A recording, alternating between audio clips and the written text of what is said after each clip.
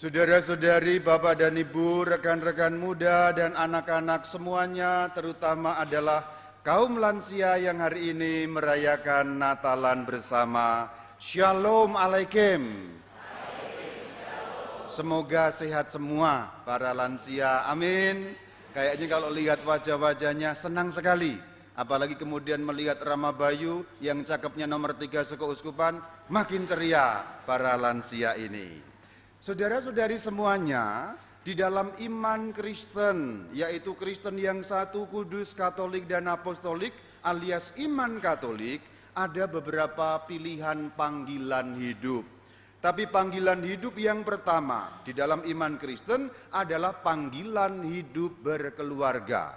Ada beberapa pilihan yang lain, contohnya panggilan hidup menjadi biarawan, biarawati, ada panggilan hidup menjadi para pertapa, para rahib, menjadi imam, dan seterusnya dan seterusnya. Kalau pada zaman lebih kuno lagi, ada panggilan menjadi pengajar, ada menjadi rasul, dan lain sebagainya, dan lain sebagainya. Zaman perjanjian lama ada panggilan sebagai nabi. Tetapi yang pertama adalah panggilan hidup untuk menjalani kehidupan berkeluarga. Sejak kapan? Sejak zaman manusia diciptakan untuk pertama kalinya. Kita tahu Adam dan Hawa, mereka suami istri membangun keluarga dan diberkati oleh Tuhan di sana. Bahkan dikatakan Tuhan memberkati mereka, beranak cuculah, dan seterusnya, dan seterusnya, dan seterusnya. Jadi ada berkat di dalam keluarga. Kalau Tuhan menurunkan berkat-berkat kepada manusia melalui keluarga, maka hari ini ketika kita Natalan lansia, tetapi secara liturgis kita merayakan apa tadi? Pesta keluarga kudus, keluarga. Kita mau diajak untuk menyadari sekali lagi, wahai bapak dan ibu, suami istri, anak-anak, kaum muda semuanya, ketika kita hari ini merayakan pesta keluarga kudus, kita ini diajak menyadari sekali lagi bahwa menurut iman Kristen, keluarga itu kudus, keluarga itu suci, keluarga itu sakral. Ini hal pertama. Untuk sekali lagi menyadari setiap keluarga, keluargamu masing-masing, siapapun keluarganya, itu ada kesakralan di dalam keluarga itu. Mari kita lihat bagaimana keluarga dibentuk. Sebelum keluarga dibentuk ada seorang laki-laki, seorang perempuan yang muda, cowok cewek. Nah, naksir, ting ting ting ting ting ting ting.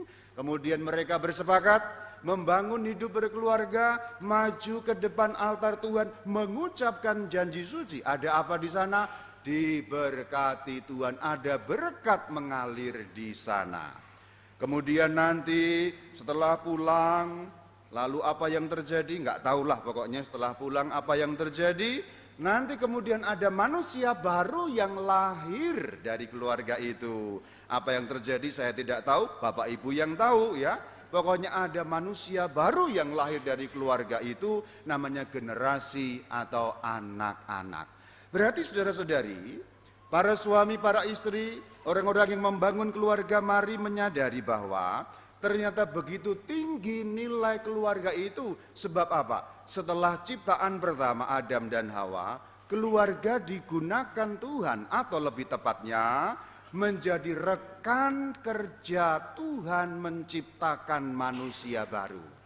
Dulu ketika awal mula Tuhan menciptakan manusia dengan apa? Debu tanah, dikasih adonan, setelah ada bentuknya ditiup dengan nafas ilahi, jadi hidup. Itu hanya berlaku untuk manusia pertama. Manusia-manusia selanjutnya setelah Adam dan Hawa, dari mana? Dari ciptaan ini. Yang terjadi kemudian adalah Tuhan menciptakan manusia melalui keluarga. Berarti para suami, para istri, kamu ini adalah rekan kerja Tuhan. Jadi di dalam cerita adanya manusia baru melalui keluarga itu ada kesakralan. Penciptaan itu suci, penciptaan itu sakral, manusia baru yang lahir dari keluarga itu adalah anak yang suci, anak yang sakral, anak yang kudus, sebab keluarga diberkati Tuhan. Ini tidak mungkin dilakukan oleh Bapak Paus. Jadi kamu lebih suci daripada Bapak Paus. Dalam hal dalam hal kerjasama atau menjadi rekan kerja Tuhan untuk menciptakan manusia baru. Itu nggak bisa dilakukan oleh Bapak Uskup yang cakep itu, maupun oleh Rama Bayu yang juga agak cakep itu.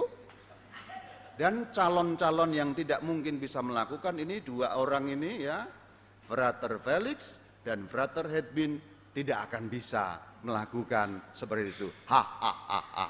Syukurin, welcome to the jungle. Sebab hanya Bapak dan Ibu yang bisa. Jadi betapa sucinya keluarga itu dikuduskan melalui itu. Berikutnya nomor 3, nanti ketika anak-anak sudah lahir, sudah saatnya bisa dibawa keluar, kemudian ke gereja. Nah, ketemu dengan amang pastor yang cakap nomor 3 ini, terjadi apa? Dibaptis. Dibaptis itu apa? Biarkan anak-anak itu datang kepadaku, jangan halang-halangi mereka. Artinya apa? Diberkati sekali lagi. Di dalam keluarga itu berkat berturut-turut. Berkat terus dilimpahkan, berarti ada kekudusan di dalam keluargamu. Sampai saatnya nanti bayi ini kemudian menjadi anak-anak, menjadi remaja, kemudian menjadi dewasa, dan membangun keluarganya sendiri. Siklusnya atau putarannya berlangsung kembali. Artinya apa? Tuhan memberkati setiap keluarga-keluarga itu tiada henti dengan berkat-berkat. Maka hari ini ayo menyadari sekali lagi, ketika merayakan keluarga kudus, tidak hanya keluarganya Tuhan Yesus yang kudus loh. Tidak hanya keluarganya Tuhan Yesus, Bunda Maria dan Santo Yosef yang kudus, tapi keluargamu adalah keluarga yang kudus. Keluarga Marbun, keluarga yang kudus. Keluarga Sitanggang, keluarga yang kudus. Keluarga Asep, keluarga yang kudus. Keluarganya Afeng, keluarga yang kudus. Keluarganya Pak Joko, maaf kalau ada yang namanya Joko, ini fiktif saja ya. Keluarga yang kudus. Asal ngomong saja pokoknya setiap keluarga dari kita, mau Cina, mau Jawa, mau Batak, mau Flores, semua keluarga yang kudus, sebab berkat-berkat Tuhan turun setiap kali dalam keluarga. Maka saudara-saudari, panggilannya kemudian kalau kemudian menyadari keluargaku kudus, dijaga kekudusan itu. Sebab apa? Sekarang para bapak jangan ngantuk dengar, kupingnya dibuka, yang bolong dikurek biar dengar. Para bapak, para suami itu bagaikan imam di dalam keluarga. Sebab memang sesungguhnya kamu para bapak adalah imam-imam dalam keluarga. Para istri diakon-diakon dalam keluarga. Imam. Seperti Rama Bayu, imam itu bagaimana? Apa fungsi imam? Kalau kita paham fungsi imam, nanti akan kemudian bisa menghayati para bapak di dalam keluarga sebagai imam. Maksudnya apa? Imam menghubungkan surga dengan dunia, dunia dengan surga. Berkat-berkat Allah tercurah di dalam gereja, dalam liturgi melalui seorang imam. Doa-doa diangkat naik melalui seorang imam. Maka kalau doa kolekta selalu Rama Bayu mengatakan apa? Doalah supaya doa-doamu itu kuangkat sebagai imam. Kalau aku sebagai pribadi nggak kuat ngangkat keberatan. Tapi kalau sebagai imam kuat, karena ada daya rohani yang dilimpahkan kepada seorang imam. Nah, seperti itulah seorang bapak dalam keluarga adalah imam-imam yang menghubungkan selalu berkat-berkat yang turun dari surga dan membawa doa-doa ini naik. Itu bapak dalam keluarga, imam. Kalau bapaknya meninggal bagaimana Rama? Ibunya imam, orang tuanya imam, dan sebaliknya. Maka para bapak, karena kamu imam, turunkan berkat-berkat ilahi itu dan bawa dalam doa-doa istrimu, anak-anakmu. Wahai para bapak, istrimu memang menyebalkan, aku tahu, cerewetnya minta ampun. Tapi karena kamu imam, doakan setiap kali istrimu itu. Ayo para bapak, siapa yang setiap hari berdoa dengan menyebut masing-masing, Tuhan, ku doakan istriku yang cerewet itu. Dia memang cerewet Tuhan, tapi kayaknya bagus Tuhan, aku ini orang kurang sabar. Kalau dengan istriku cerewet, makin sabarlah aku ini Tuhan. Umpamanya contoh loh ya, ini contoh dari luar paroki, kalau di Purwakarta nggak ada seperti ini, tidak ada. Ya paling-paling yang ada cuma di Cimaung gitu aja lah udah gitu ya. Ya atau kalau nggak di Cimaung mungkin Bukit Berbunga ya dia. Ya saya nggak nuduh ya, cuma kira-kira gitu aja lah ya, kira-kira. Kan begitu. Istri-istri diakon melayani bagaimana pertumbuhan keluarga itu dijamin. Tapi istri juga mempersembahkan doa-doa sebaliknya. Para ibu sekarang dengar, aku tahu kok. Suamimu dan para bapak itu memang sukanya menang sendiri. Betul itu, di mana-mana begitu. Memang begitulah laki-laki. Ya Bu ya, saya bela sekarang Bu. Laki-laki emang begitu, menang sendiri. Doakan, Tuhan memang suamiku itu kadang-kadang menang sendiri. Jangankan kalau benar, kalau salah disalahkan nggak mau, makin galaklah dia. Tapi nggak apa-apa Tuhan, dengan begitu ternyata aku ini juga makin sabar Tuhan, makin nggak. Nah sebaliknya terjadi. Disebut anak ini, anak itu, anak nomor 3, anak nomor 2, anak nomor 1 dan seterusnya. Maka para bapak, para ibu, kamu imam-imam dalam keluarga. Hubungkan keluargamu dengan berkat-berkat Tuhan senantiasa. Hal pertama, mengingat sakralnya keluarga. Setiap keluarga kudus adanya. Sekarang nomor 2, kita mau mengingat bagaimana pertumbuhan dalam keluarga. Keluarga adalah tempat di mana orang memberi warisan. Nah ini nomor 2, mengenai warisan.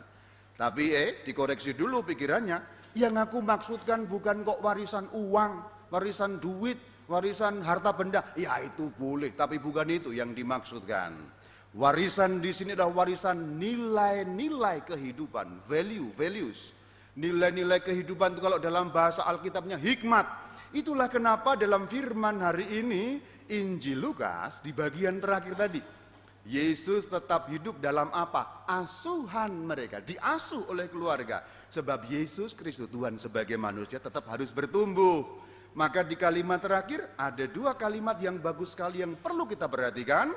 Yesus bertumbuh makin besar, besar berarti badan fisik, 12 tahun, 13 tahun, dan seterusnya. Karena apa? Diberi makan oleh bundanya, Bunda Maria, diberi nafkah oleh siapa? Santo Yosef, badannya makin bertumbuh. Tapi kalimat yang kedua, bertambah hikmatnya.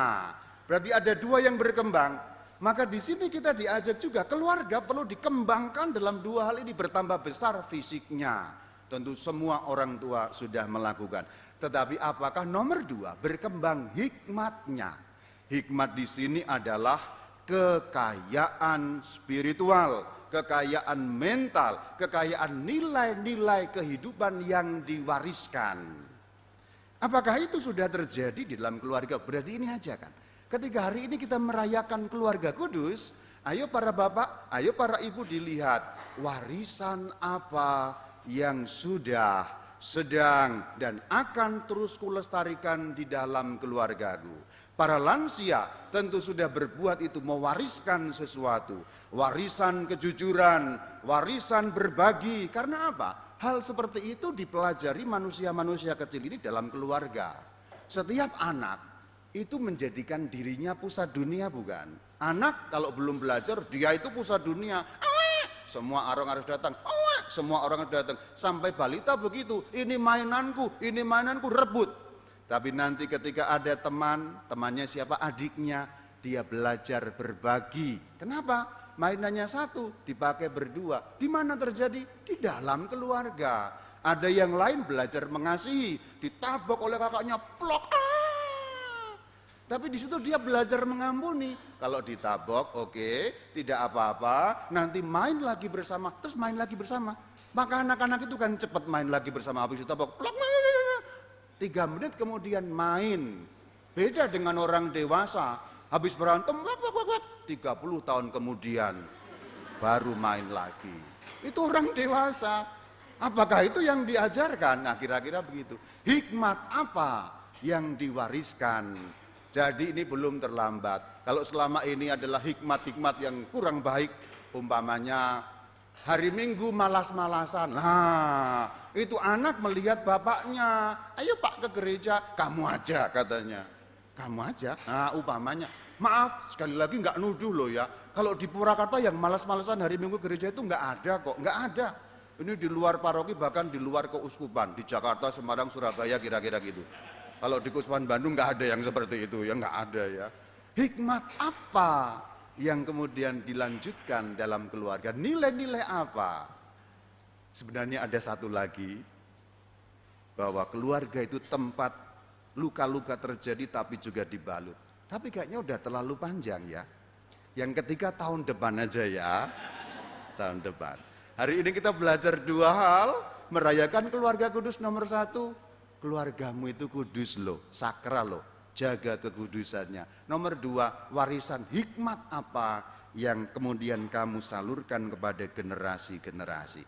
Demikian makna dari perayaan hari ini, keluarga kudus. Shalom Alaikum.